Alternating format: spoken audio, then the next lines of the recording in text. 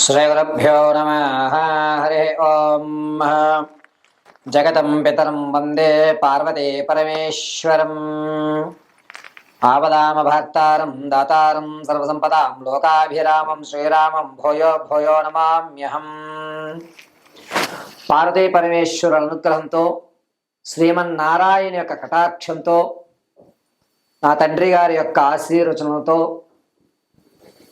ఈరోజు మీ అందరికీ కూడా మేషం నుంచి మొదలుకొని మీనరాశి వరకు కూడా జాతక పర్యంతంలో కుజుడు అతను ఉండేటువంటి స్థానాన్ని బట్టి జరిగేటువంటి ఫలితాలు అనేటువంటివి వివరిస్తాను. యథాశక్తానుసారం అమ్మవారి అనుగ్రహంతో మీకు ఈ యొక్క విషయాల్ని తెలియజేయడం జరుగుతుంది. ప్రతి ఒక్కరికి కూడా ఇదే విధంగా జరగాలి అనేటువంటిది ఉండొచ్చు, ఉండకపోవచ్చు. మేషరాశిలో జనించిన వారికి కుజుడు ఏ స్థానంలో ఉంటే లాభపడతాడు, ఆరోగ్యపరంగా ఎప్పుడు ఏ స్థానంలో ఉంటే అనారోగ్యాలు అనేటువంటి తగ్గుతాయి. అదేవిధంగా ఏ స్థానంలో కుజుడు ఉండడం వల్ల ధనపరంగా ఆర్థిక పరంగా నిలదొక్కుంటాం.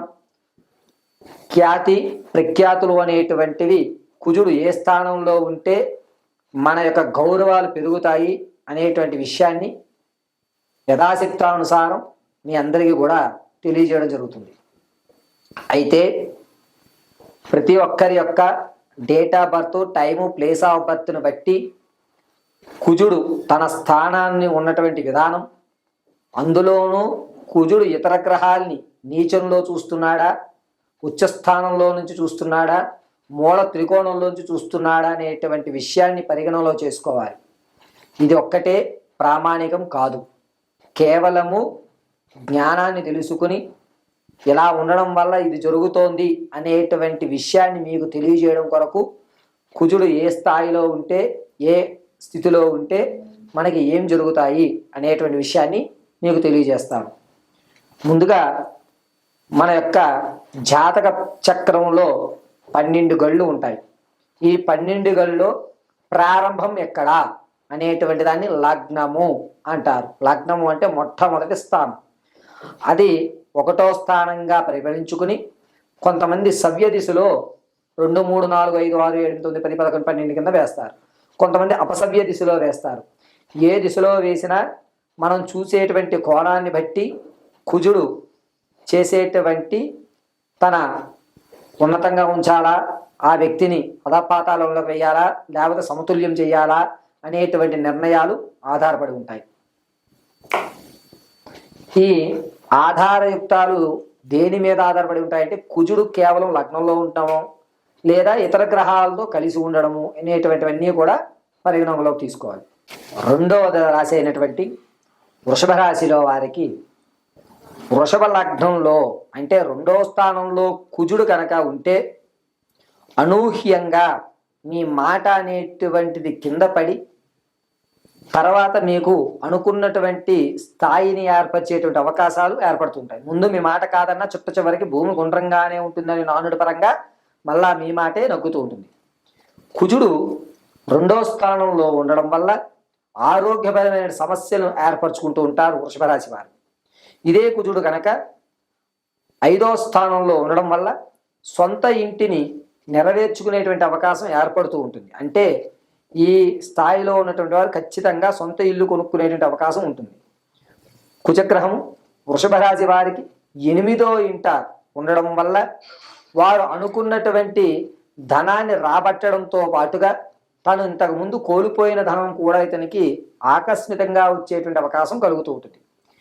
ఈ కుజగ్రహము వృషభ రాశిలో వారికి 8వ స్థానంలో ఉంటే గనక మీరు ఎవరినైతే అత్యంతంగా ప్రేమిస్తారో, ఎవరి మీదైతే మీరు ఆధారపడుతూ ఉంటారో వారు మిమ్మల్ని కించపరిచి మిమ్మల్ని దూరం పెట్టి మిమ్మల్ని అవమానించేటువంటి స్థాయి నడుస్తూ ఉంటుంది. తదనంతరము ఇదే కుజుడు 12వ ఇంట ఉంటే గనక శరీరంలో ఆరోగ్యపరమైన సమస్యలు అధికమవుతూ ఉంటాయి. ఆరోగ్యానికి చాలా ప్రాధాన్యత తీసుకోవాల్సిన వ్యవస్థ ఈ వృషభ రాశిలో ఉన్నటువంటి వారికి ఏర్పడుతూ ఉంటుంది. కుజగ్రహము అనేటువంటిది వృషభ రాశి వారిని కాస్త మానసికంగా ఇబ్బంది పెట్టేటువంటి అవకాశాలు నడుస్తూ ఉంటాయి. ఈ కుజగ్రహం కనుక రెండోది వృషభ లగ్నంలోనే ఉంటే వారికి అనూహ్యంగా అనారోగ్యమైనటువంటి సమస్యలు మాత్రమే కొని తెస్తాడు. ఆర్థికంగా ఇబ్బంది పెట్టేటువంటి అవకాశం ఉండదు.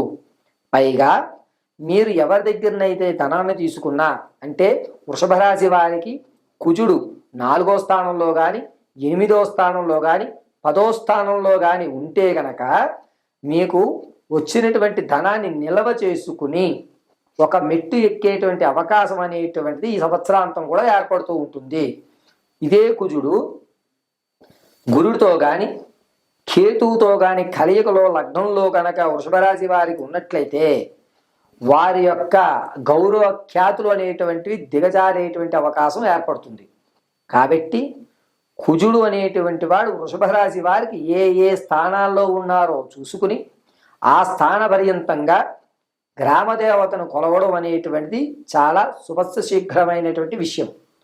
కుజుడు వృషభ రాశిలో ఉన్నటువంటి వారికి విద్యార్థుల్లోకి అయితే మాత్రం 5వ స్థానంలో ఉంటే విదేశానికి వెళ్ళేటువంటి అధికారం పొందుతారు. అనూహ్యంగా చదువు మీద ఆసక్తి అనేటువంటిది పెరుగుతూ ఉంటుంది.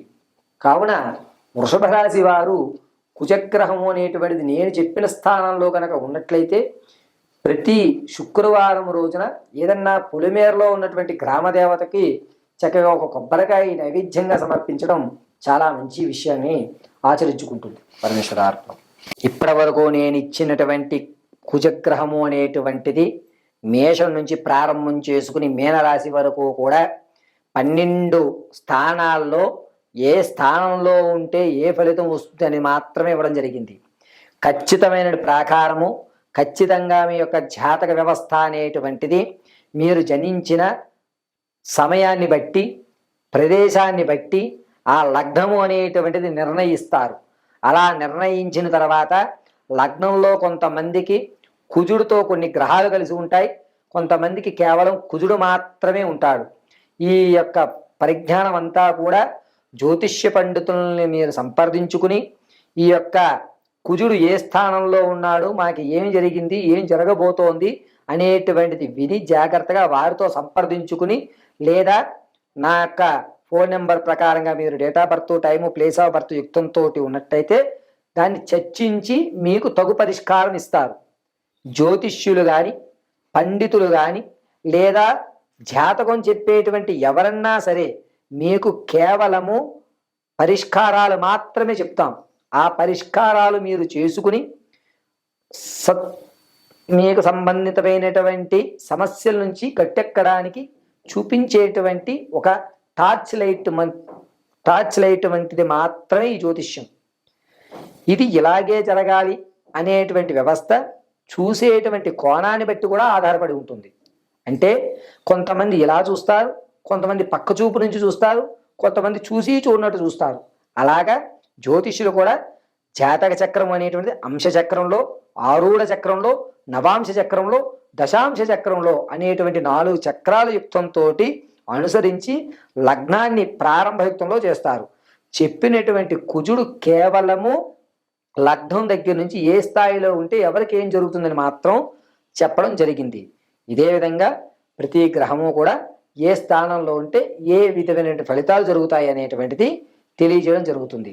దీన్ని ఎవరు తప్పుపట్టకుండా తగు సలహాలు తీసుకుని మీరు నమ్మినటువంటి పురోహితులు కానీ, లేదా ఎవరన్నా మా బోటి వారికి కానీ date of birth, time, place of birth అది లేని పక్షంలో పేరును బట్టి వచ్చేటువంటి జాతకం కొంతవరకు మాత్రమే. ఇప్పుడు నేను చెప్పినటువంటి ఈ కుజ ఫలితాలన్నీ కూడా ఈ సంవత్సరం వరకే. అంటే సంక్రాంతికి రవి మారిన తర్వాత తన యొక్క ప్రభావాన్ని ఉగాది నుంచి ప్రారంభం చేస్తూ ఉంటాడు.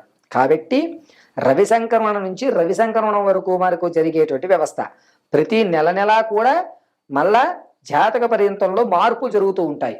వీటిని గమనించగలరని మనవి.